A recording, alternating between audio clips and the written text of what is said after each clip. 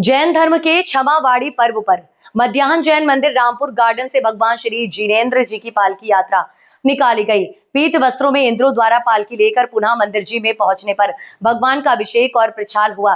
तत्पश्चात पुरस्कार वितरण समारोह का आयोजन भी हुआ, जिसमें समिति के मंत्री सत्येंद्र जैन एंड क्षमावाड़ी पर्व को पावन और पुनीत पर्व बताते हुए कहा कि क्षमा मांगने की शुरुआत सर्वप्रथम वो करते हैं महान व्यक्तित्व के धनी व बन सकते हैं जो दूसरों के प्रति दया का भाव रखते हैं। पर्व के प्रवक्ता व मीडिया प्रभारी सौरभ जैन ने कहा कि जैन समुदाय अपने प्रतिक्रमण प्रार्थना में बार बार विभिन्न प्राणियों से क्षमा मांगते हैं, यहाँ तक कि एक इंद्रिय जीवों से भी। रामदयाल जैन ने भी कहा कि क्षमा आरोप प्रत्यारोप हिंसा प्रतिहिंसा बदला लेने की प्रवृत्ति की कड़ी को तोड़ती है। रूपाली जैन 13 उपवास के लिए, सौम्या जैन, अलका जैन को बेला उपवास के लिए, कविता और पीसी जैन को एकासन में ड्राई फ्रूट्स दूध लेने वाली कुसुम जैन, नीति जैन, पूजा जैन, हर्षित को सम्मानित किया। साथ ही 70 वर्षीय अधिक आयु की साधना जैन, कविता जैन, राधा जैन सहित 6 वरिष्ठ जनों एवं समाज के 15 मेधावी छात्रों को भी उपहार प्रदान किए गए। मंदिर के स्वर्ण जयंती वर्ष में मंदिर निर्माण में योगदान के लिए लोगों को याद किया गया और उपस्थित जनों का सम्मान किया गया। मंदिर में हुए सांस्कृतिक कार्यक्रम में रुचि जैन और साथियों ने नृत्य भजन प्रस्तुत कर भक्ति में समा बांध दिया। सौरभ जी, आज क्या कार्यक्रम है अपना? हाँ, नमस्कार, मेरा नाम सौरभ जैन है। मैं मीडिया प्रभारी हूँ बरेली जैन समाज का। सबसे पहले मैं कहना चाहूँगा कि क्षमा पर्व का आज दिन है। भव्य भावना का त्योहार, विगत वर्षों की सारी भूलों को देना हमारी आज विचार। आज क्षमा पर्व हम लोग जैन समाज के लोग मना रहे हैं और ये ऐसा त्योहार है विश्व का जिसमें किसी प्रकार का ना कोई उपहार दिया जाता है, ना कोई बधाई, ना किसी प्रकार की मिठाई।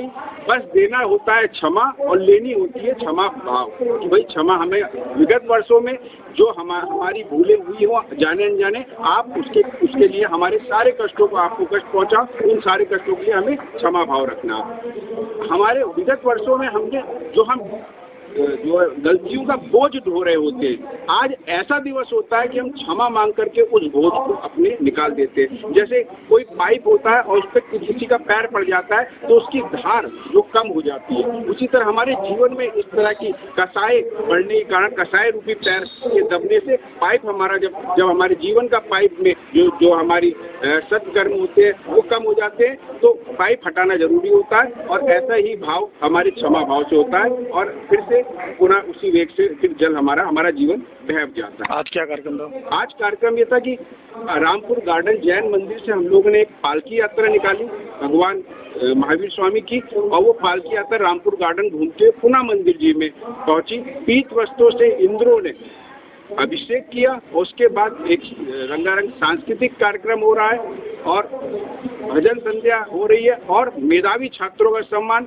वरिष्ठ जनों जो 70 साल से अधिक लोग हैं उनका सम्मान। और आज हमारे लिए बहुत हर्ष का विषय है कि आने वाले 15 सितंबर को मंदिर की स्वर्ण जयंती भी हम लोग मना रहे हैं, तो उसमें जिन लोगों ने कार्य किया उनका भी सम्मान हो रहा है। आज बहुत हर्ष का विषय है। और दिनकर जी ने भी कहा है कि क्षमा शोभती उस भुजंग को जिसके पास गरल हो, उसे क्या जो दंतहीन विषहीन विनीत सरल। भगवान महावीर ने भी कहा है कि क्षमा वीरस्य भूषण।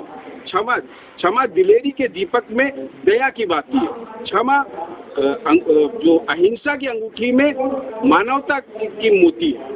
क्षमा के बारे में ये कहा गया है कि क्रोध रूपी अग्नि को अगर हम क्षमा रूपी जल से सींचे तो हमारे आत्म रूपी बगिया में धर्म रूपी जो वृक्ष है उसमें संयम रूपी पुष्प खिलेगा और हम लोगों को मोक्ष फल प्राप्त होगा। तो इतनी महिमा है।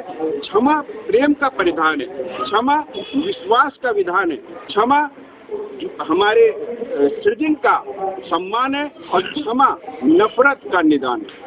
तो आज क्षमा भाव पे मैं सभी विश्व के सभी लोगों से और बरेली जनों से और अपने सभी यानी बंधुओं से, सभी जीव जंतुओं से बरेली जैन समाज की ओर से क्षमा भाव रखने की अपील करता हूं। जय जय।